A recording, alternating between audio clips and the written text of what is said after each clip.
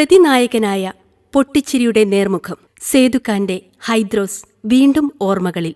വില്ലനായി എത്തി മലയാളി പ്രേക്ഷകർക്ക് മുമ്പിൽ നർമ്മം വിടർത്തി പൊട്ടിച്ചിരികളില്ലാത്ത ലോകത്തേക്ക് 6 വർഷങ്ങൾക്ക് മുമ്പ് 2010 ഫെബ്രുവരി 2-നാണ് കൊച്ചിൻ ഹനീഫ യാത്രയായത്. നടൻ, സംവിധായകൻ, തിരക്കഥാകൃത്ത് ഈ 3 റോളുകളിലും തന്റേതായ കയ്യൊപ്പ് ചാർത്തിയാണ് ഹനീഫ വിട പറഞ്ഞത്. കൊച്ചിൻ കലാഭവനിലെ അംഗമായിരുന്ന ഹനീഫ സിനിമയിലേക്ക് വന്നത് യാദൃശ്ചികമായിട്ടല്ല. വന്നില്ലായിരുന്നെങ്കിൽ ഒരു മികച്ച കലാകാരനെ മലയാള സിനിമയ്ക്ക് നഷ്ടപ്പെടുമായിരുന്നു.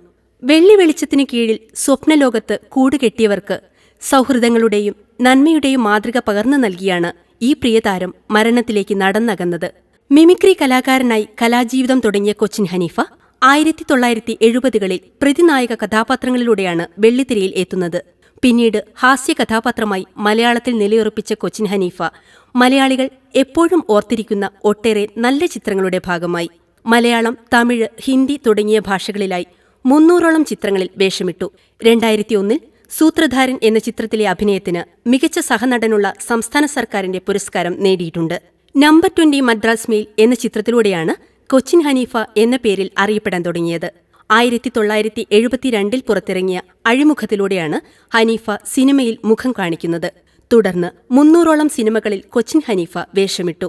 കിരീടത്തിലെ പേടിത്തൊണ്ടനായ റൌഡി ഹൈദ്രോസ്, പഞ്ചാബി ഹൌസിലെ ബോട്ട് മുതലാളി ഗംഗാധരൻ, സ്വപ്നക്കൂടിലെ ഫിലിപ്പോസ് അങ്കിൾ, ആറാം തമ്പുരാനിലെ ഗോവിന്ദൻകുട്ടി, ഈ പറക്കും തളികയിലെ പോലീസ് ഉദ്യോഗസ്ഥനായ വീരപ്പൻ കുറുപ്പ്, മനർമത്തായി സ്പീക്കിംഗിലെ ആശാന്റെ വലം കൈയായ എൽദോ, മീശമാധവനിലെ പിള്ളേച്ചിന്റെ ശിങ്കിടിയായ ത്രിവിക്രമൻ തുടങ്ങി കൊച്ചിൻ ഹനീഫ നമ്മെ പൊട്ടിച്ചിരിപ്പിച്ച കഥാപാത്രങ്ങളുടെ ലിസ്റ്റ് ഇവിടെ തീരുന്നില്ല.